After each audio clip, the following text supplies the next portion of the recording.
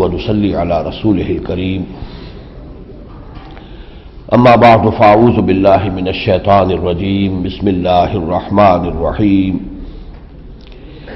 وما قدر الله حق قدره اذ قالوا ما انزل الله على بشر من شيء قل من انزل الكتاب الذي جاء به موسى نورا وهدى للناس تجعلونه قراطيس تبدونها وتخفون كثيرا وعلمتم ما لم تعلموا انتم ولا آباؤكم قل الله ثم ذرهم في خوضهم يلعبون وهذا كتاب انزلناه مبارك مصدق الذي بين يديه ولتنذر القرى ومن حولها والذين يؤمنون بالآخرة يؤمنون به وهم على صلاتهم يحافظون صدق الله العظيم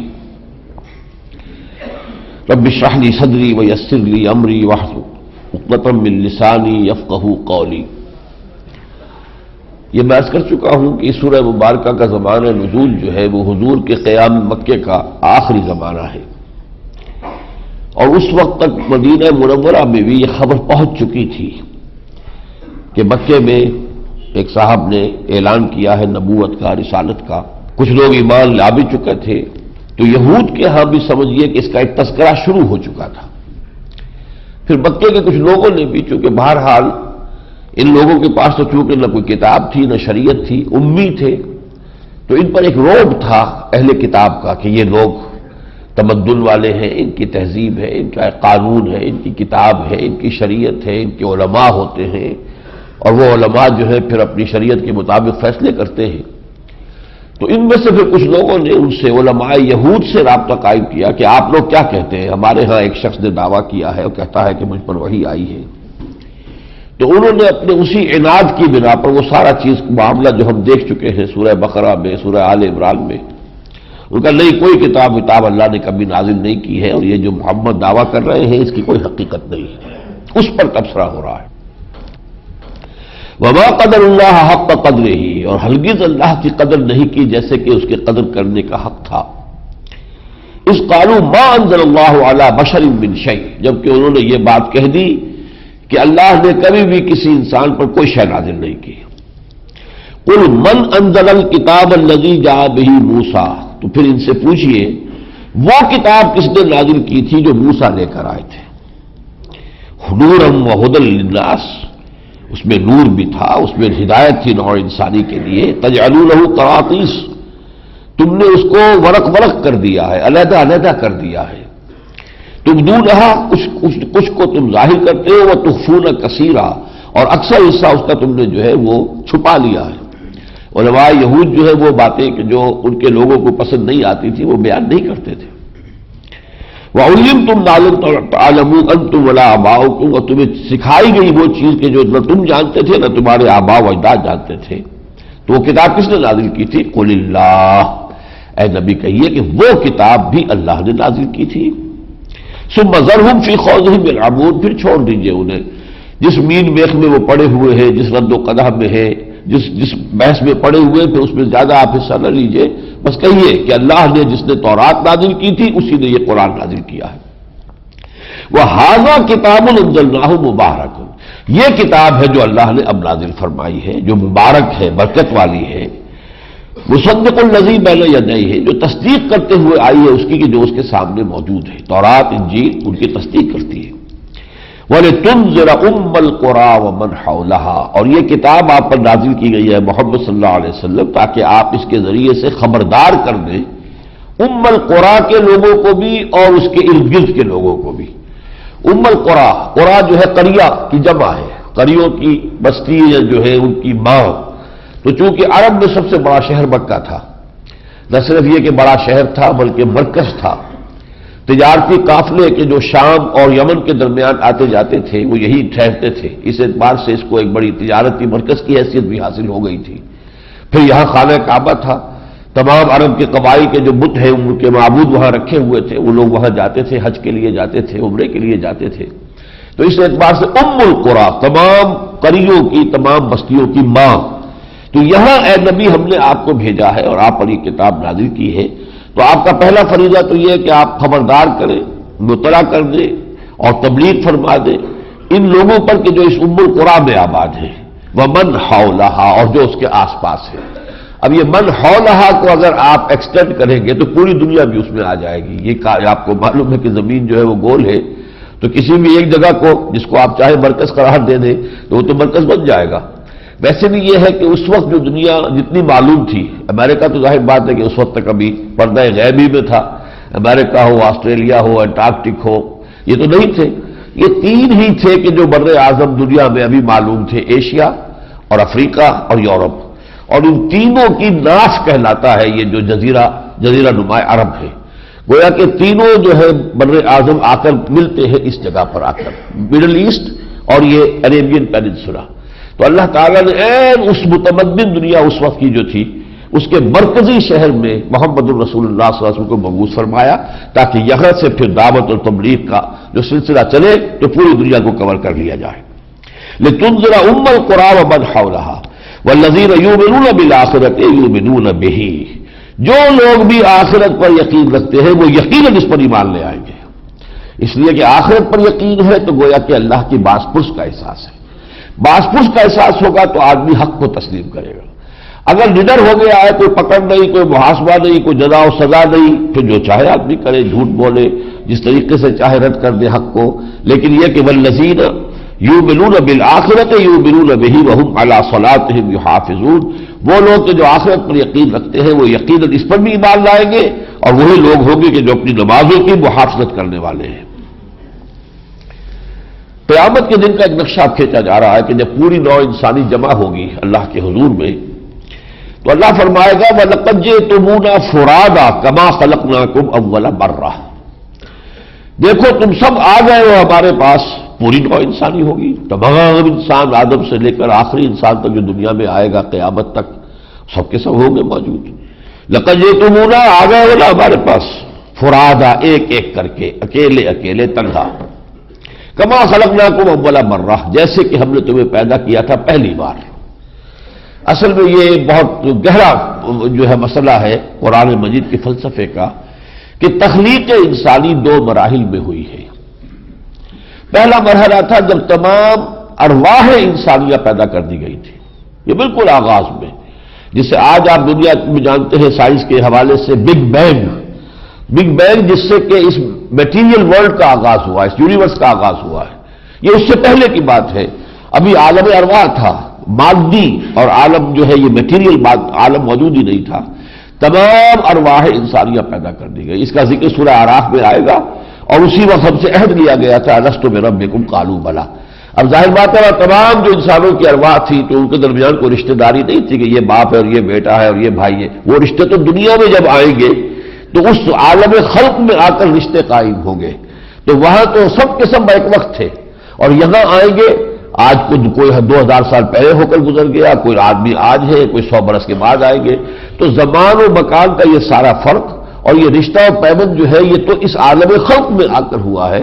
اس عالم امر میں، عالم ارواح میں نہ یہ رشتہ و پیوند تھا اور نہ ہی وہ زمانی کوئی موت تھا، تو اس کا اشارہ کیا کما خلقناکم اول مرہ، جیسے کہ ہم نے پہلی مرتبہ تمہیں پیدا کیا تھا جب ارواح کی شکل میں تم تھے۔ حدیث میں آتا ہے الارواح جنود مجندہ، لشکروں کی شکل میں یہ ارواح تھی، آج اسی طرح تم ہمارے پاس آ گئے ہو۔ وَتَرَكْتُم مَّا خَوَّلْنَاكُمْ وَرَاءَ ظُهُورِكُمْ، اور چھوڑ آئے ہو جو چیزیں کہ ہم نے جن میں تمہیں لپیٹ دیا تھا، اب وہ پیچھے چھوڑ آئے۔ دنیا میں جب تم گئے تو کوئی مال و اسباب ملا، کچھ والدین سے جو ہے وراثت مل گئی، کچھ تم نے اور کما لیا، کوئی جائیداد بنا لی، تو تم یہاں تو طرح طرح کے خول میں تھے، لیکن جب قیامت میں آؤ گے تو یہ ساری چیزیں یہاں چھوڑ کر جانا ہے، تنہا جانا ہے، ان میں سے کوئی چیز ساتھ جانے والی نہیں ہے۔ ترکتم ما خولناکم وراء ظہورکم ما نری معکم شفعاءکم الذین زعمتم انہم فیکم شرکاء، اور ہمیں کہیں وہ شریک نظر نہیں آ رہے جنہیں تم نے شریک بنایا تھا، تمہارا خیال تھا کہ وہ یہاں آ کے شفاعت کریں گے تمہاری، وہ کہاں ہے؟ لقد تقطع بینکم، اب وہ تمہارے سارے جو ذہنی اور عقیدے کے رشتے تم نے قائم کر رکھے تھے، فلاں بزرگ ہے وہ بچا لیں گے اور فلاں جو ہے دیوی ہے وہ چھڑا لے گی، اب وہ سارے کے سارے رشتے تمہارے کٹ گئے۔ وَضَلَّ عَنْكُمْ مَا كُنْتُمْ تَزْعُمُونَ، اور جو بھی تم نے جھوٹے خیال بنا لیے تھے وہ سب کے سب ہوا ہو گئے، ان کا کوئی وجود نہیں ہے۔ وَجَعَلُوا لِلَّهِ شُرَكَاءَ الْجِنَّ، اور انہوں نے اللہ کے شریک ٹھہرا دیا جنات میں سے. وقد خلق وخلقہم، اللہ نے تو اس کو پیدا کیا، مخلوق ہے. جیسے تم مخلوق ہو ایسے جنات بھی مخلوق ہیں. لیکن چونکہ انسانوں پر ہمیشہ سے روب رہا ہے جنات کا، چنانچہ عربوں کا یہ رواج تھا کہ جب کبھی سفر پر ہوتے تھے تو رات کو بسیرا کرنا ہے کہیں کسی وادی میں کسی جگہ پر، تو وہ کہتے تھے کہ اس وادی کے جن کی پناہ میں ہم آتے ہیں. تو گویا کہ ان کو بھی انہوں نے ایک درجہ معبودوں کا دیا ہوا تھا. وَجَعَلُوا لِلَّهِ شُرَكَاءَ الْجِنَّ وَخَلَقَهُمْ، حالانکہ اللہ نے ان کو پیدا کیا. وَخَرَقُوا لَهُ بَنِينَ وَبَنَاتٍ بِغَيْرِ عِلْمٍ، اور اس کے لیے گھر ڈالے بیٹے اور بیٹیاں. حضرت مسیح کو بیٹا بنا دیا، حضرت عزیر کو بیٹا بنا دیا یہود نے. عیسائیوں نے جس طریقے سے ابنیت مسیح کا عقیدہ اختیار کیا ہے، وہ تو کہتے ہیں کہ صلبی بیٹا ہے اللہ کا. اور پھر یہ کہ بیٹیاں کہتے تھے، یہ اہل عرب جو تھے مشرکین عرب، یہ کہتے تھے فرشتے خدا کی بیٹیاں ہیں. تو یہ تم نے جو رشتہ داریاں اللہ کے ساتھ جو ہے وہ تم نے گھڑ لی ہے. وَخَرَقُوا لَهُ بَنِينَ وَبَنَاتٍ بِغَيْرِ عِلْمٍ، بغیر کسی علم کے، بغیر کسی سند کے، بغیر کسی دلیل کے. سبحانہ وتعالی عما یصفون، وہ باغ ہے، بلند و بالا ہے، اعلیٰ و عرفہ ہے ان تمام چیزوں سے جو تم بیان کر رہے ہو. بدیع السماوات والارض، وہ آسمانوں اور زمین کا بنانے والا ہے عدم بحث سے. یہ بھی دو الفاظ علیحدہ سمجھ لیجئے. ایک خلق ہے، پیدا کرنا. خلق میں ہوتا ہے کسی شے سے کوئی شے بنانا. خلق الانسان من صلصال کالفخار، انسان کو بنایا اس گارے سے جو سوکھ کر کھڑکنے لگا تھا، تو گارا تھا جس سے انسان بنا ہے.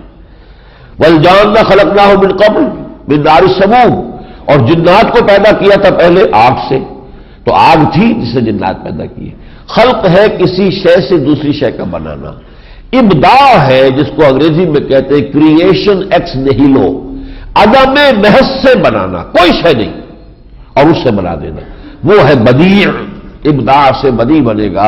بدیع السماوات والارض، وہ تو اس کائنات کو عدم محض سے وجود میں لایا ہے. انا یکون لہ ولد، اس کا بیٹا کہاں سے ہو جائے گا؟ ولم تکن لہ صاحبہ، جبکہ اس کی کوئی بیوی نہیں. وخلق کل شیء، اور اس نے ہر شے پیدا کی ہے. وہو بکل شیء علیم، اور وہ ہر چیز کا علم رکھتا ہے. ذالکم اللہ ربکم، دیکھو وہ ہے اللہ تمہارا رب. یعنی یہ جو رب کی صفات ہے ان کو ذہن میں رکھو. نہ وہ کسی سے پیدا ہوا، نہ اس سے کوئی اولاد پیدا ہوئی. قل هو اللہ احد اللہ الصمد لم یلد ولم یولد ولم یکن لہ کفوا احد. ذالکم اللہ ربکم، وہ ہے اللہ تمہارا رب. لا الہ الا ہو، اس کے سوا کوئی معبود نہیں. خالق کل شیء، وہ ہر شے کا بنانے والا ہے، پیدا کرنے والا ہے. فاعبدوہ، بس اسی کی بندگی کرو، اسی کی پرستش کرو. وہو علی کل شیء وکیل، اور وہ ہر چیز کا کارساز ہے، ذمہ دار ہے. لا تدرکہ الابصار وہو یدرک الابصار، نگاہیں اس کا ادراک نہیں کر سکتی، وہ نگاہوں کا ادراک کر لیتا ہے. یعنی تم اللہ کو نہیں دیکھ سکتے لیکن اللہ تمہیں دیکھ رہا ہے. لہذا وہ جو میں نے بیان کیا تھا سورہ مائدہ کے دوران کہ دین کا یا روحانیت کا سب سے اونچا مقام ہے احسان. پہلی سیڑھی اسلام، دوسرا ایمان، تیسرا احسان. احسان کیا ہے؟ ان تعبد اللہ کانک تراہ فإن لم تکن تراہ فإنہ یراک. اس کیفیت کے ساتھ سرشار ہو کر اللہ کی بندگی کرنا یا اللہ کے لیے بھاگ دوڑ اور محنت کرنا جیسا کہ تم اسے اپنی آنکھوں سے دیکھ رہے ہو. اور اگر تم اسے نہیں دیکھ رہے ہو تو یہ خیال یقیناً رہنا چاہیے کہ وہ تمہیں دیکھ رہا ہے. تو یہی کیفیت یہاں ہے. لا تدرکہ الابصار، اسے نگاہیں نہیں پا سکتی، تم اس کا احاطہ نہیں کر سکتے، اپنی نگاہوں سے اسے نہیں دیکھ سکتے. وہو یدرک الابصار، وہ تمہاری نگاہوں کو پا لیتا ہے. وہو اللطیف الخبیر، اور وہ بہت ہی لطیف ہے، باخبر ہے. قد جاءکم بصائر من ربکم، دیکھو تمہارے پاس تمہارے رب کی طرف سے بصیرت افروز باتیں آ گئی. فمن ابصر، تو جو آنکھیں کھولے حقیقت کو دیکھ لے، فلنفسہ، وہ اپنے بھلے کے لیے کرے گا. ومن عمی، اور جو اندھا بنا رہے، دیکھنے کے لیے تیار نہ ہو، حقائق کو نہ دیکھنا چاہے نہ تسلیم کرنا چاہے، تو فعلیہا، تو اس کا سارا وبال اسی پر آئے گا. وما انا علیکم بحفیظ، اور میں تمہارا کوئی ذمہ دار نہیں ہوں. میرا کام صرف تم تک ان حقائق کو پہنچا دینا ہے، ان آیات الہیہ کا تم تک ابلاغ اور تبلیغ، یہ تو میری ذمہ داری ہے. باقی میں ٹھیکیدار نہیں ہوں تمہاری ہدایت کا کہ تمہیں زبردستی ہدایت کے راستے پر لے آؤں.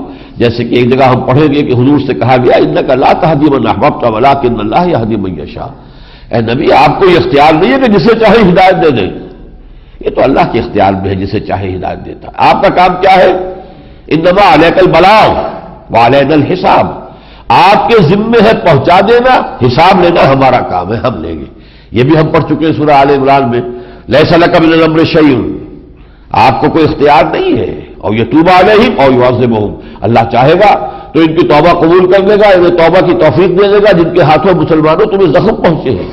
اسی خالد ابن ولید کو اللہ چاہے گا تو محمد الرسول اللہ کے اپنے دستے مبارک سے خطاب دلوا دے گا، خالد سیف من سیوف اللہ۔ تو یہ اللہ کا اختیار ہے، لیس لک من الامر شیء، اے نبی آپ کا اختیار نہیں ہے۔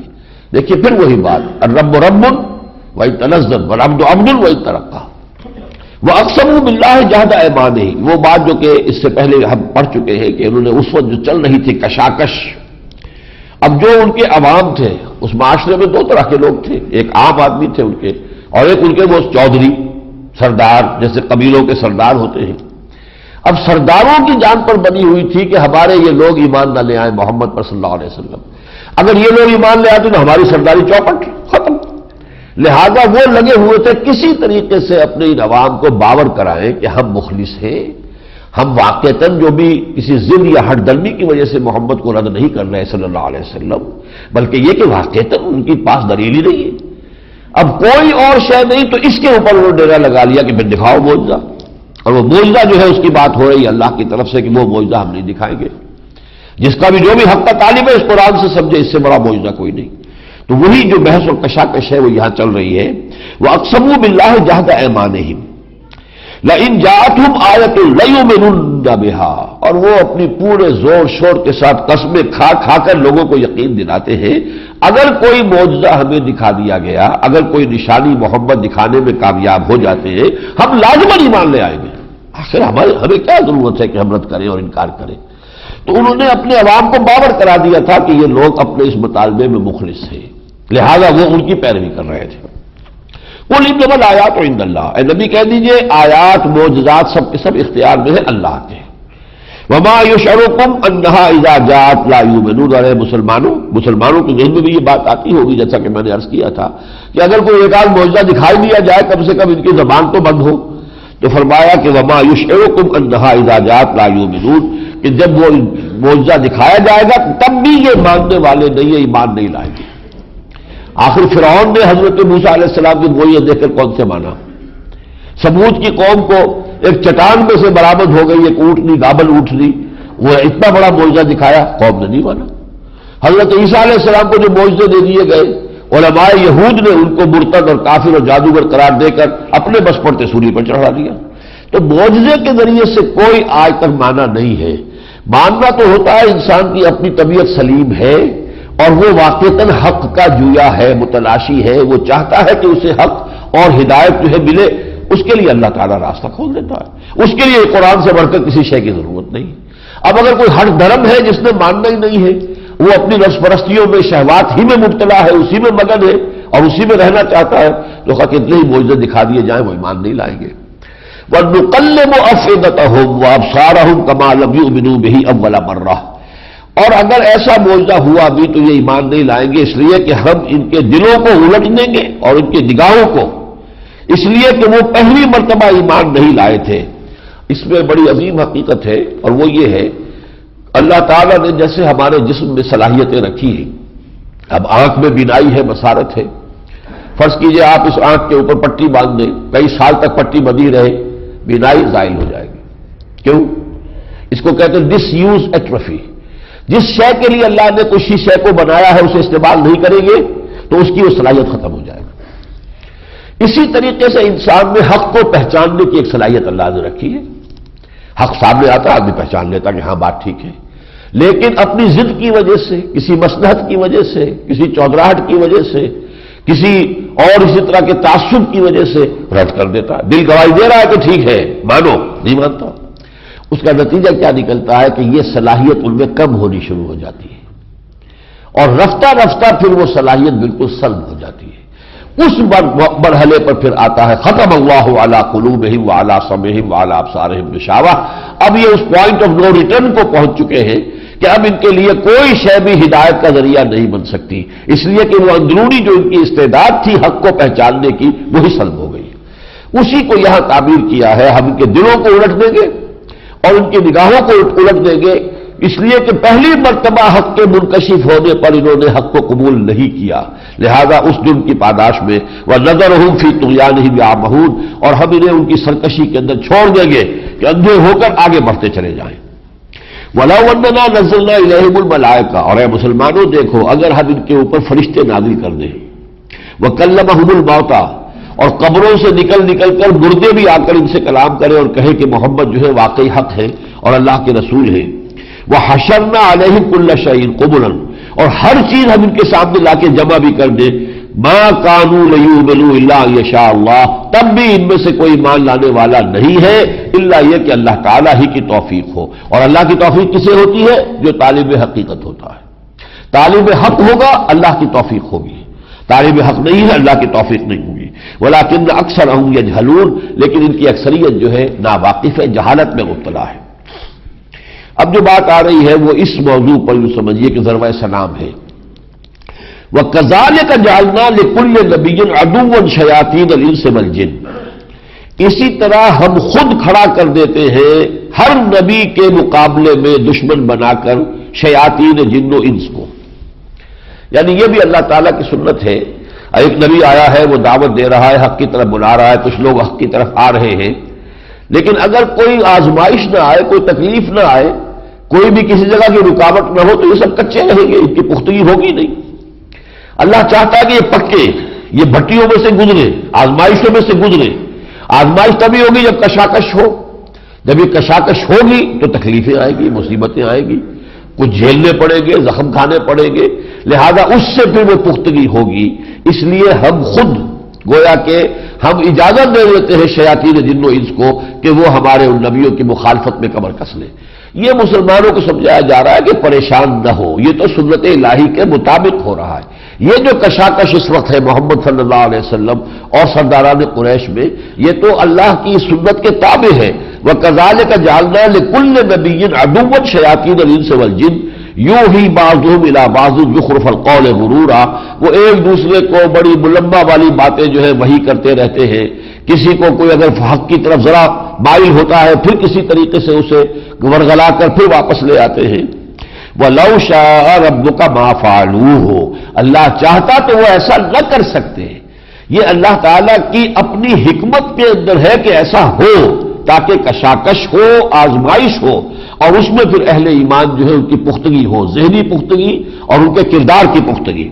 فَذَرْهُمْ وَمَا يَفْتَرُونَ، اور آپ چھوڑیے ان کو، جو کچھ افطرا بازی یہ کر رہے ہیں آپ زیادہ ان کی طرف توجہ نہ کریں۔ وَلِتَصْغَىٰ إِلَيْهِ أَفْئِدَةُ الَّذِينَ لَا يُؤْمِنُونَ بِالْآخِرَةِ وَلِيَرْضَوْهُ وَلِيَقْتَرِفُوا مَا هُمْ مُقْتَرِفُونَ، اور یہ ہم اس لیے کرتے ہیں تاکہ جن لوگوں کے اندر ایمان نہیں ہے آخرت کا اور وہ اللہ کے جناب میں واپسی کا کوئی خیال نہیں رکھتے، ملاقات کی کوئی امید نہیں رکھتے، وہ ان کی طرف مائل ہو جائیں۔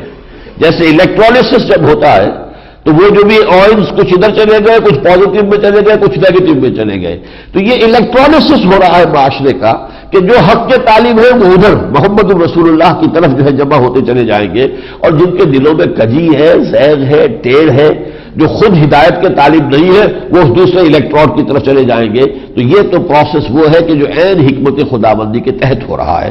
وَلِتَصْغَىٰ إِلَيْهِ أَفْئِدَةُ الَّذِينَ لَا يُؤْمِنُونَ بِالْآخِرَةِ وَلِيَرْضَوْهُ وَلِيَقْتَرِفُوا مَا هُمْ مُقْتَرِفُونَ، اور پھر جو گندگیاں، جو بھی برائیاں انہوں نے کمانی ہے وہ بھرپور طریقے پر کما لیں۔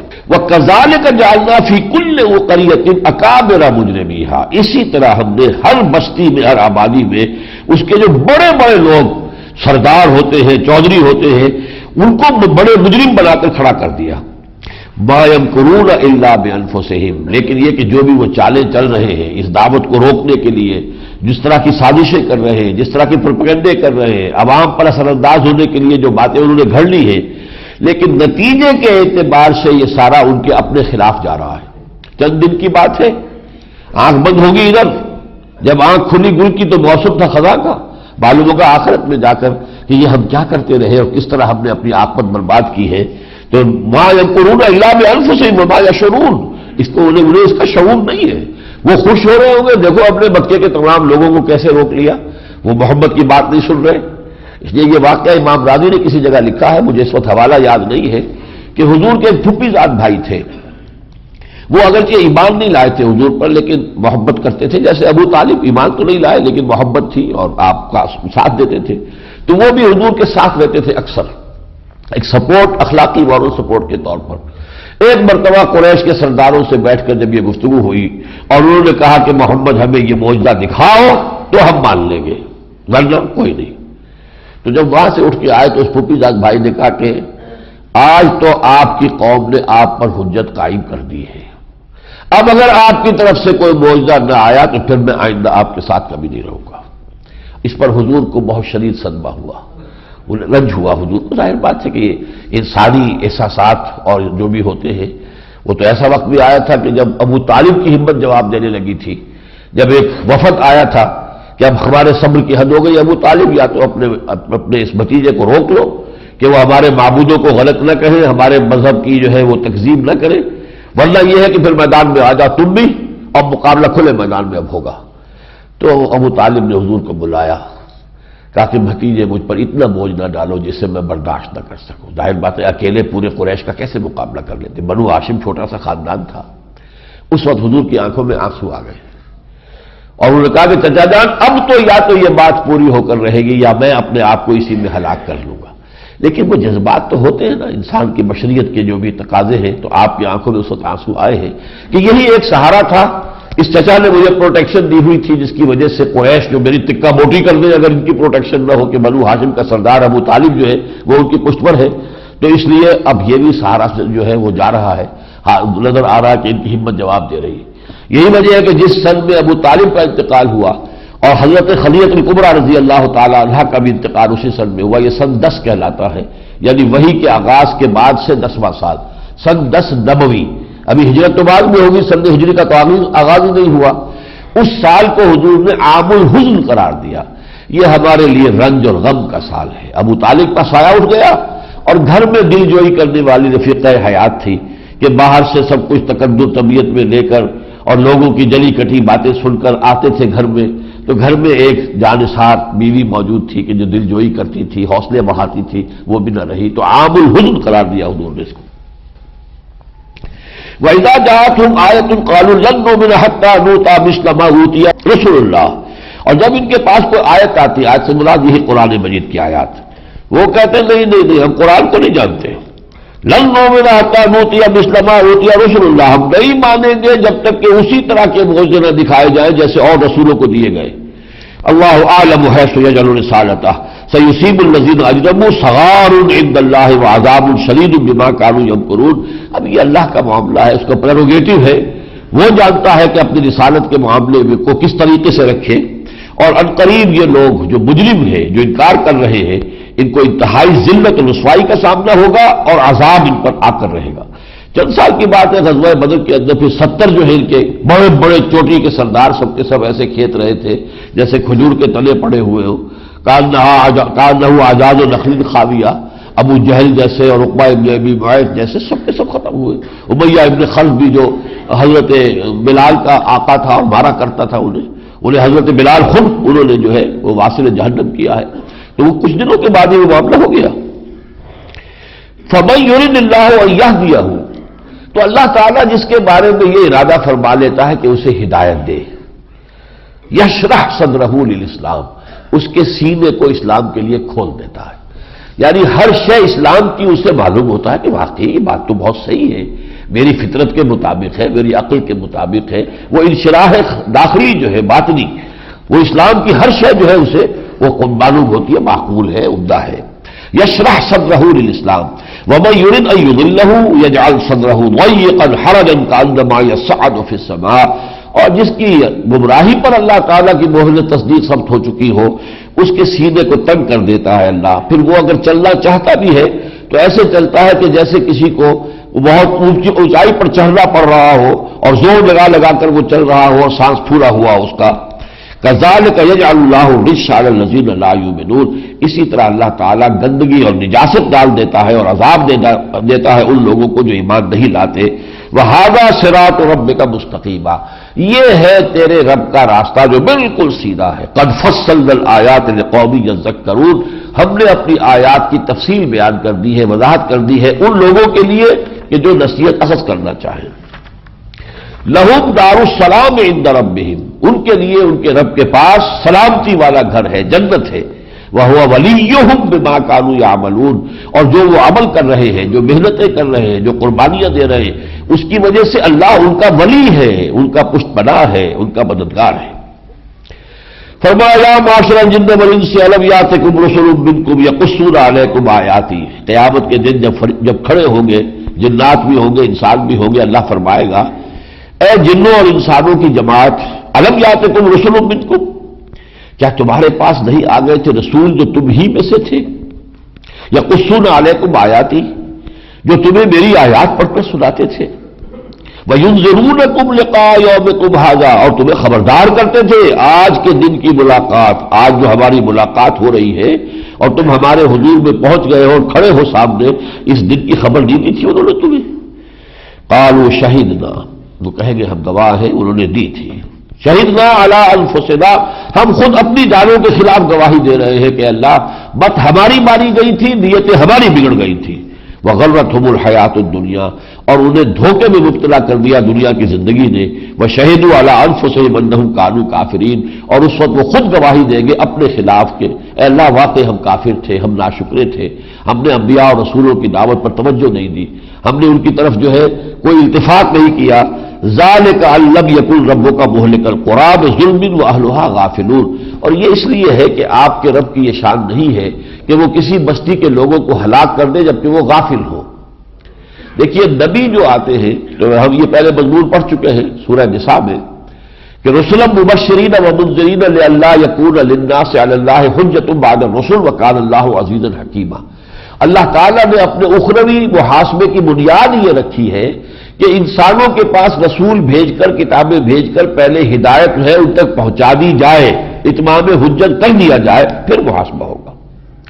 اسی طریقے سے اللہ تعالیٰ نے جن قوموں کو ہلاک کیا، قوم نوح کو، قوم ہود کو، قوم صالح کو، جن کے حالات اگلی صورت میں آئیں گے، سورہ اعراف میں آئیں گے، تو فرمایا ایسے نہیں ہے کہ اچانک جا کر ہم نے قوم کے اوپر عذاب نازل کر دیا. نہیں، ہم نے پہلے اپنے نذیر بھیجے، ہمارے رسول گئے، انہوں نے انہیں بتایا، خبردار کر دیا، پوری طریقے سے ان پر حق واضح کر دیا. تو ہم ایسے ہی لوگوں کے اوپر جو ہے عذاب نازل کرنے والے نہیں ہیں. آگے چل کے فرمایا قل یا قوم اعملوا علی مکانتکم، یہ ایک بڑا چیلنج کا انداز ہے جو حضور سے کروایا جا رہا ہے. کہہ دو اے محمد صلی اللہ علیہ وسلم، اے میری قوم کے لوگوں، جو کچھ کر سکتے ہو کر گزرو، انی عامل، میں بھی اپنی سی محنت کر رہا ہوں. اب نتیجہ کیا نکلے گا یہ اللہ کے ہاتھ میں ہے، لیکن میں تم سے کوئی رعایت نہیں مانگتا، میں تم سے کوئی اپیل نہیں کرتا، نہ میں نے تم سے کوئی اجرت طلب کی، نہ کبھی کوئی معاوضہ، تم سے کوئی مفاد مانگا، کچھ نہیں. اسی طرح میں یہ نہیں کہتا کہ میرے ساتھ نرمی کرو، رعایت، جو کر سکتے ہو کر لو. اعملوا علی مکانتکم، جو تمہارے بس میں آ سکتا ہے میری مخالفت میں اور میری اس دعوت کو روکنے میں، جو ایڑی چوٹی کا زور لگا سکتے ہو لگا لو. انی عامل، میں اپنا سا زور لگا رہا ہوں، جو میری ذمہ داری ہے وہ میں ادا کر رہا ہوں. فسوف تعلمون، ان قریب تمہیں معلوم ہو جائے گا، من تکون لہ عاقبۃ الدار، کس کو ملنے والا ہے وہ پچھلا گھر، آخرت کا گھر جو ہے وہ اللہ تعالیٰ کی رحمت اور مغفرت، یہ کس کو ملنے والی ہے. انہ لا یفلح الظالمون، ایک بات اچھی طرح سمجھ لو، ظالم کبھی فلاح نہیں پائیں گے. اس کے بعد مسلسل 2-3 رکوعوں میں جو وہاں کے معاشرے میں بعض بڑے یعنی مشرکانہ اوہام پیدا ہو گئے تھے، وہ کچھ جانوروں کو اپنے بتوں کے نام پر چھوڑ دیتے تھے. جیسے جن لوگوں نے بھی ہندو معاشرے کو دیکھا، ایک نسل تو یہاں پہ پیدا ہو چکی ہے جن کو معلوم ہی نہیں. بہرحال جن کو بھی یہ تجربہ انہیں معلوم ہے کہ وہ سانڈ چھوڑ دیا، کوئی گائے چھوڑ دی، اب وہ جو ہے کسی بت کے نام پر، دیوی کے نام پر اسے کوئی ٹچ نہیں کر سکتا، وہ جہاں چاہے منہ مارے، کھائے پیے. اسی طرح ان کے ہاں تھا. اور یہ کہ پھر اس جانور کا گوشت نہیں کھا سکتے، اس کی پیٹھ پر سواری نہیں کر سکتے. اور پھر اسی طریقے سے کچھ اور قسم کے جانور تھے کہ ان کا گوشت جو ہے وہ ہم تو کھا سکتے ہیں، ہماری عورتیں نہیں کھا سکتی. اس قسم کا انہوں نے بڑا توبار بنایا ہوا تھا کہ مشرکانہ شریعت سمجھ لیجئے کہ وہ انہوں نے تصنیف کی ہوئی تھی. ان چیزوں کی پھر نفی جو ہے بہت تفصیل سے آئی ہے. انہی کا حوالہ سورہ بقرہ میں بھی آیا کہ یہ جو تمہارے اوہام وغیرہ ہیں تو اب ختم کرو. اللہ تعالیٰ نے جس چیز کو حرام کیا ہے وہ واضح کر دیا، یہ چیز حرام ہے. اس کے علاوہ جو ہے جو بھی اللہ نے تمہارے لیے رزق پیدا کیا ہے، کلوا مما رزقناکم حلالا طیبا، جو حلال اور طیب اور پاکیزہ رزق ہم نے دیا ہے اسے کھاؤ. اس کے بعد جو ہے یہ اب جو آیات آ رہی ہیں کہ یہ تو تم نے چیزیں ٹھہرا لی ہے، یہ حرام وہ حرام، یہ حرام، یہ ایک نئی شریعت تم نے تصنیف کر لی ہے. قل تعالوا اتل ما حرم ربکم علیکم، آؤ ذرا. یہ ساری باتیں تو غلط تھی جن کی میں نے نفی کر دی، میں اس کی تفصیل میں نہیں جا رہا، ترجمے میں چھوڑ رہا ہوں اس حصے کو. لیکن آخری بات اب جو کہی جا رہی ہے سورہ مبارکہ میں، قل تعالوا اتل ما حرم ربکم علیکم، آؤ میں تمہیں بتاتا ہوں کہ تمہارے رب نے تم پر کیا چیزیں حرام ٹھہرائی ہیں. اس میں حقیقت میں یوں سمجھیے کہ جو دین کی جو اساسی تعلیمات ہیں ان کا خلاصہ آ رہا ہے. یہاں یہ ایک رکوع میں آ رہا ہے، یہی چیز پھر آگے چل کر آئے گی سورہ بنی اسرائیل میں 2 رکوع، تیسرا رکوع اور چوتھا رکوع. اور یہ در حقیقت تورات کی تعلیمات کا خلاصہ ہے. اس لیے کہ تورات جو ہے، تورات میں اور قرآن میں 2000 برس کا فصل ہے. 1400 قبل مسیح میں تورات دی گئی حضرت موسیٰ علیہ السلام کو. 610 میں قرآن مجید کا نزول شروع ہوا ہے محمد رسول اللہ صلی اللہ علیہ وسلم. پورے 2000 برس کا فصل ہے. تو اس 2000 برس کے دوران نوع انسانی نے ارتقا کیا ہے، ذہنی ارتقا ہوا، تمدنی ارتقا ہوا. اب بڑے بڑے شہر وجود میں آ گئے، بڑے امپائرز وجود میں آ گئے. 2000 سال پہلے کیا تھا؟ معمولی سی قبائلی زندگی تھی اور نہ بھی وہ علم کا معاملہ تھا. تو اس میں جو ہے صرف بنیادی اصول دیے گئے تھے انہیں. 10 کمانڈمنٹس جو مشہور ہیں، یہ کرو یہ کرو یہ نہ کرو یہ نہ کرو، یہ جو اصول دے دیے گئے تھے 10 کمانڈمنٹس، یہ گویا کہ خلاصہ تھا اس دین کا. یا یوں کہیے کہ یہ وہ نیوکلیس تھا کہ جس پر پھر آگے یہ ساری جو ہے شریعت جو تمام انبیاء کے ذریعے سے پھر آئی، اس کا تانا بانا بڑھتا گیا اور پھر وہ شریعت جو ہے مکمل ہو گئی محمد رسول اللہ صلی اللہ علیہ وسلم پر. وہ آیت ہم پڑھ چکے سورہ مائدہ کی، الیوم اکملت لکم دینکم واتممت علیکم نعمتی ورضیت لکم الاسلام دینا. تو وہاں سے شریعت کا آغاز ہو کر 2000 برس میں آ کر شریعت کی تکمیل ہوئی. لیکن جو شریعت کا آغاز ہوا ہے وہ کیا تھا؟ وہ ہے در حقیقت کے جو یہاں چند آیات میں جس کا حوالہ آ گیا ہے. اور تھوڑی سی تفصیل کے ساتھ یہ سورہ بنی اسرائیل کے 2 رکوع میں آئے گا، جس کے بارے میں حضرت عبداللہ ابن عباس رضی اللہ تعالیٰ عنہ کا قول یہ ہے کہ یہ در حقیقت تورات کی تعلیم کا خلاصہ ہے. The Quranic version of the 10 commandments of Torah, Torah کے احکام 10 کا جو قرآن مجید میں بیان ہے وہ ہے. قل تعالوا اتل ما حرم ربکم علیکم، آؤ میں تمہیں بتاتا ہوں تمہارے رب نے تم پر کیا حرام کیا ہے. اللہ تشرکوا بہ شیئا، پہلی شے جو اس نے حرام کی ہے وہ یہ ہے کہ اس کے ساتھ کسی چیز کو شریک مت ٹھہراؤ. توحید خالص کسی درجے میں، کسی اعتبار سے، اس کی صفات میں، اس کی ذات میں، اس کے حقوق میں، اس کے اختیارات میں، کسی مخلوق کو، کیا وہ شے ہو یا کوئی وہ انسان ہو، کسی درجے میں شریک نہیں کرنا. پہلی بات. وبالوالدین احسانا، والدین کے ساتھ حسن سلوک، ان کی خدمت، ان کا ادب. یہ بھی انسانی معاشرے کی یہ گویا کہ ایک اہم بنیاد ہے جو مغرب میں بالکل منہدم ہو چکی ہے، بالکل منہدم ہو چکی ہے. والدین بوجھ معلوم ہوتے ہیں. بوڑھے والدین کو علیحدہ لے جا کر اولڈ ہاؤسز کے اندر ڈال دیا، کھانے پینے کو تو سب کچھ انہیں ملتا ہے وہاں پر، لیکن یہ ہے کہ وہ اپنی اولاد کی شکل نہیں دیکھ سکتے، ترستے ہیں. وہ بات نہیں. اللہ کا شکر ہے کہ آج بھی ہمارا مشرقی معاشرہ جو ہے وہ اس درجے نہیں بگڑا ہے، اگرچہ وہ فورسز پورا زور لگا رہی. یہ ساری NGOs جو یہاں پر کام کر رہی ہیں، نان گورنمنٹ آرگنائزیشنز، ان سب کا جو مین ہے وہ یہ ہے کہ خاندانی نظام کو، جیسے کہ وہ یورپ میں برباد ہو چکا ہے، یہاں پر بھی اسے بالکل مسمار کر کے رکھ دیا جائے. ایک کانفرنس کی تھی کائرو میں اور ایک کانفرنس کی ہے بیجنگ میں. اب دیکھیے کس طریقے سے ایشیا کو گویا کہ حصار میں لیا ہے، محاصرے میں لیا ہے. ایک بڑی کانفرنس وہاں، ایک یہاں. کس لیے؟ یہ ہے فیمنزم، ویمن لب، عورتوں کی آزادی. اور وہ عورتوں کی آزادی اگر ہوگی خاندان کا ادارہ برباد ہو جائے. وبالوالدین احسانا نمبر 2 ہو گیا. ولا تقتلوا اولادکم من املاق، اپنی اولاد کو تنگ دستی کے خیال سے قتل نہ کرو. نحن نرزقکم وإیاہم، تمہیں بھی ہم ہی اس دیتے ہیں، ہم انہیں بھی دیں گے. ہمارے رزق کے خزانے ختم نہیں ہونے والے. یہ ضرور ہے کہ ہم حساب سے اس میں سے نازل کرتے ہیں، ایشو کرتے ہیں تو حساب کتاب سے کرتے ہیں، لیکن یہ ہے کہ ہمارے وہ خزانے جو ہیں وہ اتھاہ ہیں، وہ ان لمیٹڈ ہے. آپ کو معلوم ہے اب وہ سورسز فوڈ کی سامنے آ رہی ہے جو کچھ عرصے پہلے انسان کو معلوم ہی نہیں تھی. ریسنٹ پاس میں یہ سی فوڈ، سمندر سے کتنا کچھ جو ہے فوڈ نکل رہا ہے، اور وہ ہمارا جو زمین خشکی پر جو فوڈ ہے اس سے کتنا بہتر ہے. یہ گوشت جو بھی ہم کھاتے ہیں یہ جو حیوانات اور چوپایوں کا، اس سے کہیں زیادہ بہتر گوشت جو ہے وہ سمندر میں اللہ نے پیدا کیا ہے، اور وہ سی فوڈ کے سورس سے چلے آ رہے ہیں. تو یہ کہ تندرستی کے خیال سے اولاد کو قتل کر دیا جائے، اگرچہ اس میں ظاہر بات ہے کہ یہ جو ہے برتھ کنٹرول کا معاملہ وہ اس میں ضمن آئے گا، اس لیے کہ اگر تو ہے اس میں ابارشن، وہ تو قتل کے درجے میں ہے. ابارشن ہے تو وہ قتل ہے، لا تقتلوا اولادکم. لیکن یہ کہ اگر کوئی ویسے ایسے حفاظتی تدبیر ہو کہ حمل ہونے نہ پائے تو اس پر قتل کا الزام تو نہیں ہوگا، لیکن روح تو وہی ہے، سوچ تو وہی ہے کہ اور اتنی آبادی ہو جائے گی تو کہاں سے کھائے گی. گویا کہ اللہ تعالیٰ کی رزاقیت پر ووٹ آف نو کانفیڈنس ہے. اللہ تو پھر رازق نہ ہوا، اور وہ اپنی مخلوق کے لیے رزق جو ہے باکفایت پیدا نہیں اس نے کیا ہے. یہ عدم اعتماد ہے اللہ پر. تو تیسری بات فرمائی ولا تقتلوا اولادکم من املاق نحن نرزقکم وإیاہم. چوتھی بات ولا تقربوا الفواحش ما ظہر منها وما بطن. بے حیائی کے کاموں کے قریب مت پھٹکو، چاہے وہ علی الاعلان ہو اور چاہے خفیہ ہو.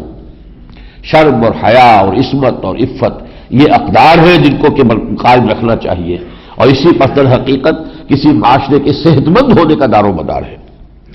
پانچواں ولا تقتلوا النفس التي حرم اللہ الا بالحق. کسی جان کو قتل نہ کرو جس کو اللہ نے محترم ٹھہرایا ہے.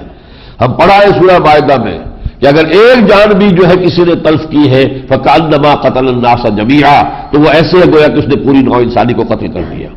تو کوئی بھی ناحق جو ہے قتل کرنے کا حق تمہیں نہیں ہے. فرمایا ولا تقتلوا النفس التي حرم اللہ الا بالحق. ہاں حق کے ساتھ. کسی نے کسی کو قتل کر دیا، قصاص میں اسے قتل کر دیا جائے گا، یہ دوسری بات ہے. اگر اسی طریقے سے شادی شدہ ہے، اس نے زنا کیا، رجم کر دیا جائے گا، چاہے مرد ہو چاہے عورت ہو، یہ دوسری بات ہے. یہ ہے حق.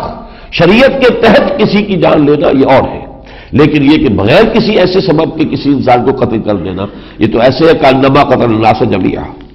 ذالکم وصاکم بہ لعلکم تعقلون. یہ ہے وہ چیزیں جس کی اللہ نے تمہیں وصیت کی ہے تاکہ تم عقل سے کام لو. یعنی دین تم نے کن چیزوں کو بنا لیا ہے؟ تم نے کچھ اور اپنے اوہام جو ہے لا کے جمع کر لیے ہیں. نہ معلوم اب ہمارے ہاں بھی جو عورتوں کے ہاں اور عوام کے اندر جو اوہام جو ہے پھیلے ہوئے ہیں، وہ ان کا مذہب کا درجہ انہوں نے دے رکھا ہے. دین تو یہ ہے ولا تقربوا مال الیتیم الا بالتی احسن حتی یبلغ اشدہ. اور دیکھو یتیم کے مال کے قریب نہ پھٹکو مگر بہترین طریقے سے. اس کا مال ہڑپ کرنے کی کوشش نہ کرو، اس کے مال کی اچھی چیزیں جو ہے وہ خود لے کر اپنی بری چیزوں سے گنتی پوری نہ کر دو. یہاں پڑھ چکے ہیں، آ چکا اس سے پہلے سورہ نساء کے اندر شروع میں ولا تتبدلوا الخبیث بالطیب. اور فرمایا کہ حتی یبلغ اشدہ، یہاں تک کہ وہ اپنی جوانی کو، شعور کی عمر کو پہنچ جائے، بالغ ہو جائے. وَأَوْفُوا الْكَيْلَ وَالْمِيزَانَ بِالْقِسْطِ. جب ناپ کے تولو پورا ناپ، اور جب تول کر دینا ہے تو سیدھی ڈنڈی کے ساتھ تولو، کوئی ناپ تول میں کوئی کمی نہ ہو. ولا تبخسوا الناس اشیاءهم، لوگوں کو ان کی چیزیں کم مت دو. ہوتا کیا ہے ذرا سی ڈنڈی ماری کسی نے تو وہ کیا ہوگا، 2-3 تولے کم کر لے گا اور کیا کرے گا، لیکن ایمان تو گیا نا. وہ تھوڑی سی جنبش ہاتھ کی جو ہے وہ ایمان کو تو ختم کر دے گی. وَأَوْفُوا الْكَيْلَ وَالْمِيزَانَ بِالْقِسْطِ لَا نُكَلِّفُ نَفْسًا إِلَّا وُسْعَهَا. ہم نہیں ذمہ دار ٹھہرائیں گے کسی انسان کو، کسی جان کو، مگر اس کی وسعت کے مطابق. یعنی اللہ تعالیٰ کے ہاں جو حساب ہوگا قیامت میں وہ انڈیویجول بیسس پر ہوگا. کس شخص میں میں نے کتنی طاقت رکھی تھی، اس میں وہ کیا کر کے لایا. سب کو برابر تو نہیں رکھا ہے. کس میں کتنی ذہانت رکھی تھی یہ تو اللہ جانتا ہے. اب ظاہر بات ہے آج کی اصطلاح میں ہوتا ہے کہ جینز ہیں ہمارے. اب میرے اپنے کچھ جینز تھے، والدہ سے والد سے ملے ہیں، انہیں ان کے والدین سے ملتے چلے آ رہے ہیں. وہ جینز جو ہے اس سے میری ایک شخصیت کا حیولہ بنا ہے، وہ تو میرے لیے گیون ہے. یہ میں نے خود تو نہیں بنایا ہے، it's not by choice, it's given for me. لیکن اس کے اندر اب میں کیا کر رہا ہوں ود ان دس. اس کو شاکلہ کہا ہے سورہ بنی اسرائیل میں. شاکلہ انسانی شخصیت کا بنتا ہے انہی چیزوں سے کہ جو اللہ کی طرف سے اسے دے دی گئی، وہ شخص جو دی گئی. ابھی شاکلہ میں جو کچھ اس کے اندر صلاحیت اور استعداد تھی اسے اس نے کس طور سے بھرپور طریقے پر استعمال کیا، اس پر محاسبہ ہوگا. لا نکلف نفسا الا وسعها واذا قلتم فاعدلوا. اور دیکھو جب بھی بات کرو تو عدل کی بات کرو. اب یہ ہے مکی صورت. مدنی صورت میں ہم پڑھ چکے ہیں یا ایھا الذین آمنوا کونوا قوامین بالقسط شہداء للہ ولو علی انفسکم وبالوالدین والاقربین، اہل ایمان پوری طاقت کے ساتھ کھڑے ہو جاؤ قسط کے لیے، عدل کو قائم کرنے کے لیے، اللہ کے گواہ بن کر کھڑے ہو جاؤ، خواہ وہ بات تمہارے اپنے خلاف جاتی ہو یا تمہارے والدین کے خلاف جاتی ہو یا تمہارے رشتہ داروں کے خلاف جاتی ہو۔ یہ سورہ نساء میں تھا، اور سورہ مائدہ میں یا ایھا الذین آمنوا کونوا قوامین للہ شہداء بالقسط، پوری طاقت کے ساتھ اللہ کے لیے کھڑے ہو جاؤ، کمر کس لو اور گواہ بن جاؤ قسط کے، عدل کے، انصاف کے۔ لا یجرمنکم شنآن قوم علی الا تعدلوا اعدلوا هو اقرب للتقوی، اور دیکھو کسی قوم کی دشمنی تمہیں اس پر آمادہ نہ کر دے کہ تم عدل نہ کرو، عدل کرو ہر حال میں۔ تو فرمایا وَإِذَا قُلْتُمْ فَاعْدِلُوا وَلَوْ كَانَ ذَا قُرْبَىٰ، خواہ وہ قرابت دار ہی ہو، وَبِعَهْدِ اللَّهِ أَوْفُوا، اللہ کے عہد کو پورا کرو۔ اللہ کا عہد جو ہے اصل میں تو آئے گا سورہ اعراف میں، اگلی ہی صورت ہے الست بربکم قالوا بلی، میری اور آپ کی ارواح یہ عہد کر کے اس دنیا میں آئی ہے۔ اب اللہ کی بندگی کا حق ادا کرنا ہمارے ذمے ہے، ہم نے اسے اپنا رب مانا ہے۔ ذالکم وصاکم بہ لعلکم تذکرون، یہ ہے وہ چیزیں جن کی وصیت اور تاکید کی ہے اللہ نے تمہیں تاکہ تم نصیحت اخذ کرو۔ یہ اصول ہے، اس میں ساری تمدن کے اصول بھی آ گئے، معاشرت کے اصول بھی آ گئے، انفرادی صورت و کردار کی باتیں بھی آ گئیں، لین دین کے معاملات کے اندر جو صداقت اور عدل ہے اور وہ امانت داری ہے اس کا سب کا تذکرہ آ گیا۔ وَأَنَّ هَذَا صِرَاطِي مُسْتَقِيمًا، اور دیکھو یہ ہے میرا راستہ جو سیدھا ہے۔ اب یہ محمد رسول اللہ فرما رہے ہیں وَأَنَّ هَذَا صِرَاطِي مُسْتَقِيمًا فَاتَّبِعُوهُ، اللہ تعالیٰ کی طرف سے ہے فرمایا جا رہا ہے یہ میرا راستہ ہے سیدھا، اس کی پیروی کرو۔ وَلَا تَتَّبِعُوا السُّبُلَ فَتَفَرَّقَ بِكُمْ، اور جو راستے پگڈنڈیاں ادھر ادھر جا رہے ہیں ان کی پیروی نہ کرو کہ وہ تمہیں لے کر متفرق ہو جائیں عن سبیلہ، اللہ کے راستے سے۔ ذالکم وصاکم بہ لعلکم تتقون، یہ ہے وہ چیزیں جن کی وصیت اللہ نے تمہیں کی ہے تاکہ تمہارے اندر تقوی پیدا ہو جائے، تاکہ تم بچ سکو۔ ثم آتینا موسیٰ الکتاب تماما علی الذی احسن وتفصیلا لکل شیء، پھر ہم نے موسیٰ کو کتاب عطا فرمائی تھی جو ان تمام چیزوں پر مشتمل تھی، ان تمام چیزیں جو ہے یہ اس کے اندر موجود تھی، ہر چیز کی تفصیل موجود تھی۔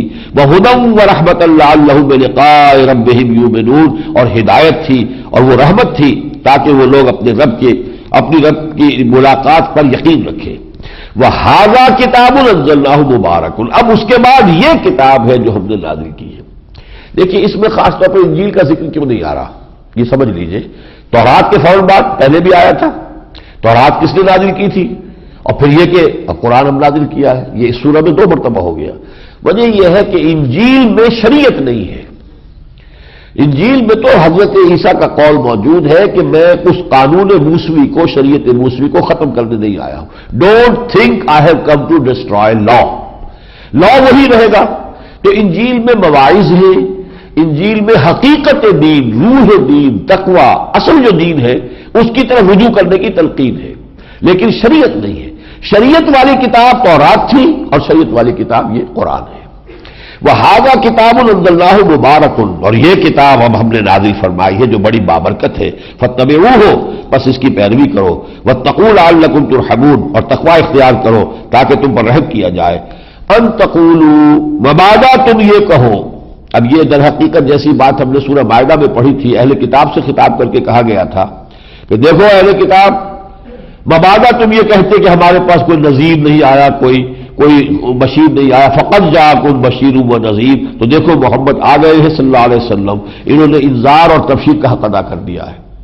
اسی طریقے سے اب یہ مشرکین عرب سے کہا جا رہا ہے، کیونکہ یہ صورتیں گویا کہ ان پر اتمام حجت کی آخری صورتیں ہیں، مکی دور کی چونکہ آخری صورت رہی ہے تو یہ گویا کہ مشرکین عرب پر اتمام حجت کی آخری صورت ہے۔ ان تقولوا، مبادا تم یہ کہو، انما انزل الکتاب علی طائفتین من قبلنا، کتاب تو نازل کی گئی تھی 2 گروہوں پر ہم سے پہلے، تورات دی گئی تھی یہودیوں کو اور انجیل دی گئی تھی۔ وَإِن كُنَّا عَن دِرَاسَتِهِمْ لَغَافِلِينَ، اور ہم تو اس کے پڑھنے پڑھانے سے غافل تھے، ہم تو جانتے نہیں تھے تورات کیا ہے، تورات میں کیا ہے کیا نہیں ہے۔ یہ بات تو خود حضور سے خطاب کر کے کہی گئی ہے سورہ شورى کے آخر میں، ما كنت تدری ما الکتاب ولا الایمان، اے نبی آپ تو نہیں جانتے تھے کتاب کو کیا ہوتی ہے، شریعت کیا ہے، اس لیے کہ آپ یہود میں پیدا ہوتے تو آپ کو علم میں ہوتا۔ اگر کہیں نصارہ میں پیدا ہوتے تو آپ کے علم میں ہوتا. وہ امیین جو تھے ان کے پاس تو نہ کوئی کتاب تھی نہ کوئی شریعت تھی. ما کنت تدری ما الکتاب ولا الایمان. تو مولانا تم یہ کہو کہ کتاب تو نازل کی گئی تھی ہم سے پہلے دو گروہوں پر. وَإِن كُنَّا عَن دِرَاسَتِهِمْ لَغَافِلِينَ. اور ہم تو اس کے پڑھنے پڑھانے سے غافل تھے، بے خبر تھے. او تقولوا. یا تم یہ کہو لو انا انزل علینا الکتاب لکنا اہدی منہم. اگر ہم پر کتاب نازل کی گئی ہوتی تو ہم ان دونوں سے زیادہ ہدایت پر ہوتے، ہم اس کا حق ادا کرتے، اس کی پیروی کرتے. فقد جاءکم بینۃ من ربکم. تو دیکھو اب آ گئی ہے تمہارے پاس روشن تعلیم تمہارے رب کی طرف سے، وہ اتمام حجت ہو گیا ہے. وہدی ورحمۃ. اور جو ہدایت بھی ہے اور رحمت بھی ہے. فمن اظلم ممن کذب بآیات اللہ. تو اب کون بڑا ظالم ہوگا اس سے جو اب آیات الہی کی کو جھٹلا دے وصدف عنہا، اور اس سے کلنی کترا کے نکل جائے، پہلو بچا کر نکل جائے. سنجزی الذین یصدفون عن آیاتنا سوء العذاب بما كانوا یصدفون. اور ان قریب ان لوگوں کو جو ہماری آیات سے کلنی کتراتے ہیں ہم ان کو بدترین عذاب سے دوچار کریں گے ان کے اس طرز عمل کی پاداش میں. ذرا آگے چل کر اب بہت ہی جامع اور بہت فضیلت والی آیات ہے. قل اننی ہدانی ربی الی صراط مستقیم. اے نبی کہہ دیجئے مجھے تو میرے رب نے ہدایت دے دی ہے سیدھی راہ کی طرف. دینن قیمن. دین ہے قائم رہنے والا. دیکھیے دین ہمیشہ سے ایک ہے. دین ابراہیم کا بھی وہی تھا، نوح کا بھی وہی تھا، موسیٰ کا بھی، عیسیٰ کا بھی اور محمد کا بھی صلی اللہ علیہ وسلم. دین ایک ہے. شرع لکم من الدین ما وصی بہ نوحا والذی اوحینا الیک وما وصینا بہ ابراہیم وموسیٰ وعیسیٰ ان اقیموا الدین. دین ایک ہے، شریعتیں مختلف ہوئی ہیں. حضرت جیسا کل ہم نے آیت پڑھی تھی لکل جعلنا منکم شرعۃ ومنہاجا. ہم نے ہر ایک کے لیے علیحدہ شریعت مقرر کی اور منہاج طریقہ کار بھی. طریقہ کار موسیٰ کا کچھ مختلف تھا حضور صلی اللہ علیہ وسلم کے طریقہ کار سے. ہمارے لیے حجت حضور کا طریقہ کار ہے. ہم حضور کی امت میں ہیں. لقد کان لکم فی رسول اللہ اسوۃ حسنہ. ہمارے لیے جو آئیڈیل ہے اور جو اسوہ ہے اور مثال ہے جس کی کہ ہمیں پیروی کرنی ہے وہ حضور کی مثال ہے، حضور کا منہاج ہے. تو یہاں فرمایا دینن قیمن. یہ دین ہے قائم رہنے والا. ملت ابراہیم حنیفہ. اور یہ ابراہیم کی ملت ہے جو یکسو تھے. وما کان من المشرکین. اور وہ ہرگز مشرکوں میں سے نہیں تھے علیہ الصلاۃ والسلام. قل ان صلاتی ونسکی ومحیای ومماتی للہ رب العالمین.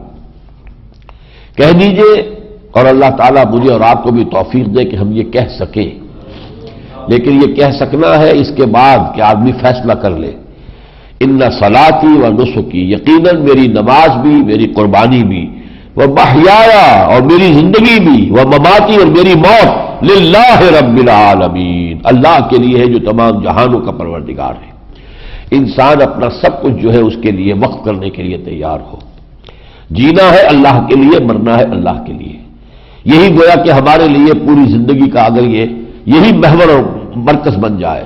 قل ان صلاتی ونسکی ومحیای ومماتی للہ رب العالمین لا شریک لہ. اس کا کوئی شریک نہیں ہے. وبذالک امرت. اور اسی کا مجھے حکم ہوا ہے. وانا اول المسلمین. کس سے کہا جا رہا ہے؟ کہ محمد سے. کہ کہیے صلی اللہ علیہ وسلم سب سے پہلا فرما بردار میں ہوں. یہ نہیں ہے کہ میں لوگوں کو تو دعوت دے رہا ہوں کہ اللہ کی بندگی کرو اور اللہ کی اطاعت کرو اور اللہ کے سامنے سر تسلیم خم کرو اور میں خود نہ کر رہا ہوں. نہیں. وَأَنَا أَوَّلُ الْمُسْلِمِينَ. سب سے پہلے اللہ کے سامنے سر جھکانے والا، سب سے پہلے اس کی فرما برداری کا اختیار کرنے والا خود میں ہوں. قُلْ غَيْرَ اللَّهِ أَبْغِي رَبًّا. ذرا ان سے یہ کہیے کہ کیا میں اللہ کے سوا کسی اور رب، کوئی اور رب تلاش کروں اپنے لیے؟ وَهُوَ رَبُّ كُلِّ شَيْءٍ. وہ تو ہر شے کا رب ہے، مالک ہے، آقا ہے.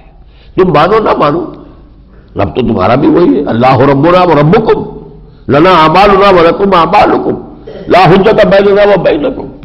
تو کیا میں اللہ کو چھوڑ کر کسی اور کو اپنا رب تلاش کروں، ڈھونڈوں کوئی اور رب؟ قل غیر اللہ ابغی ربا وهو رب كل شيء ولا تكسب كل نفس الا عليها.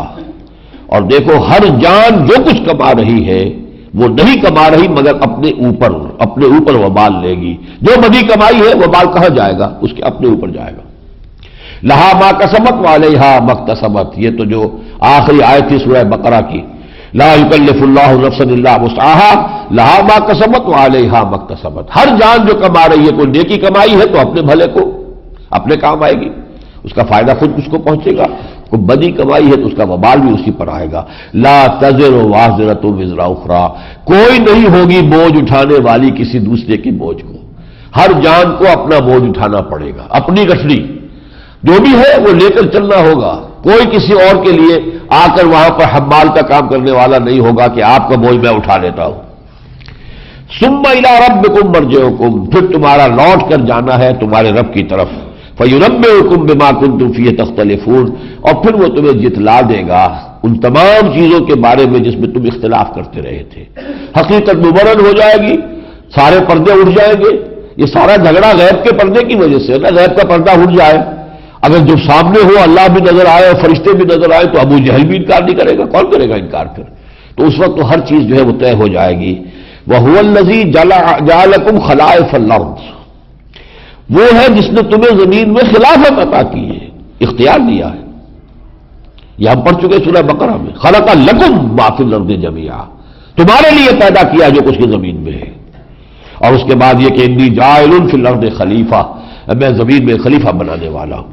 تو یہ تمام نوع انسانی اللہ تعالیٰ کے اصول جو بنائے گئے ہیں تو وہ خلفاء ہیں، خلائف ہیں۔ وَهُوَ الَّذِي جَعَلَكُمْ خَلَائِفَ الْأَرْضِ وَرَفَعَ بَعْضَكُمْ فَوْقَ بَعْضٍ دَرَجَاتٍ، اور اس نے تم میں سے بعض کے درجے بعض پر بلند کر دیے۔ لِيَبْلُوَكُمْ فِيمَا آتَاكُمْ، تاکہ تمہیں آزمائے اس میں کہ جو کچھ اس نے تمہیں دیا ہے۔ کسی کا درجہ بلند ہے، کسی کا کم ہے۔ اب دیکھتے ہیں کم والا جو ہے وہ حسد کی آگ میں تو نہیں چل رہا، بلکہ جو کچھ اللہ نے اسے دیا ہے اس کا شکر ادا کرے اور اس سے اس کا فضل اور مانگے۔ لیکن یہ کہ اور جس شخص کو زیادہ دے دیا ہے وہ تکبر اور غرور میں تو نہیں مبتلا ہو گیا کہیں، مال کی بنیاد پر، دولت کی بنیاد پر، علم کی بنیاد پر، ذہانت کی بنیاد پر کوئی تکبر پیدا ہو جائے اور کوئی عجب پیدا ہو جائے؟ نہیں، یہ سب چیزیں جو ہے ہم نے کچھ درجے ضرور درجہ بندی کی ہے۔ خدا پنج انگوش یکساں نہ کر، نہ ہر زن زنست و نہ ہر مرد مرد، تو لوگوں کے اندر صلاحیتیں مختلف ہیں، استعدادات مختلف ہیں، مزاج مختلف ہیں، اور اسی سے در حقیقت یہ سارا جو بھی ہے تمدن کے یہ سارا ہنگامہ ہے اور ساری رونقیں ہیں۔ وَهُوَ الَّذِي جَعَلَكُمْ خَلَائِفَ الْأَرْضِ وَرَفَعَ بَعْضَكُمْ فَوْقَ بَعْضٍ دَرَجَاتٍ لِيَبْلُوَكُمْ فِيمَا آتَاكُمْ إِنَّ رَبَّكَ سَرِيعُ الْعِقَابِ۔ آخری جملہ یہ ہے سورہ مبارکہ کا، یقیناً اے محمد صلی اللہ علیہ وسلم آپ کا رب بہت جلد ہے حساب لینے میں، اس کے کمپیوٹرز اتنے ہیں کہ اس کے اندر حساب لینے میں آپ کا جو ہے شیٹ نکال کر دکھانے میں کوئی لمحہ بھی نہیں لگے گا۔ نخرج لہ یوم القیامت کتابا یلقاہ منشورا اقرأ کتابک کفی بنفسک الیوم علیک حسیبا، بیلنس شیٹ نکال کر دکھا دیں گے، بٹن دبانے کی دیر ہوگی، یہ آپ کی بیلنس شیٹ تیار ہے، دیکھ لیجئے، اور ذرا سا بٹن دبائیے، جو منظر دیکھنا چاہیں وہ بھی آپ کو نظر آ جائے گا کہ وہ واقعتاً آپ وہ کام کر رہے تھے کہ نہیں کر رہے تھے۔ ہمارے پاس تو ہر شے ریکارڈ ہے، کوئی شخص انکار نہیں کر سکے گا، اس لیے کہ وہ ساری کی ساری ڈاکومنٹ جو ہے وہ تو موجود ہے۔ اور آج سے 100 برس پہلے یہ معاملہ سارا ایمان بالغیب کا تھا، آج یہ معاملہ ایمان بالغیب کا نہیں رہا۔ آج تو ہمیں معلوم ہے آوازیں جو ہے وہ ریکارڈ ہو رہی ہیں، اور جو تصویریں ہیں پوری زندگی کی ریل ایک بن رہی ہے، سمجھ میں آنے والی باتیں ہیں۔ جو یعنی بٹن کے سائز کے جو ہے وہ اگر لگے ہوئے ہیں کہیں پر وہ ٹیپ ریکارڈرز، پتہ ہی نہیں کہ جو بات میں کر رہا ہوں وہ ریکارڈ بھی ہو رہی ہے اور ہو رہی ہے۔ تو آج تو ہمارے لیے ان باتوں کو ماننا اور ان پر ایمان لانا نسبتاً بہت آسان ہے۔ تو ان ربک کا سریع العقاب، یقیناً آپ کا رب جو ہے وہ سزا دینے میں بھی بہت تیز ہے، جلدی ہے۔ وَإِنَّهُ لَغَفُورٌ رَحِيمٌ، اور وہ غفور اور رحیم بھی ہے۔ اب یہ تمہارا اپنا کام ہے کہ تم اللہ کی مغفرت اور رحمت کا حقدار اپنے آپ کو بناتے ہو یا اس کے سزا اور عقاب کا مستحق بناتے ہو۔ اللہ تعالی ہمیں اس کی رحمت اور اس کی مغفرت کا مستحق اور امیدوار بننے کی توفیق عطا فرمائے۔ بارک اللہ لی ولکم فی القرآن العظیم ونفعنی وإیاکم بالآیات والذکر الحکیم۔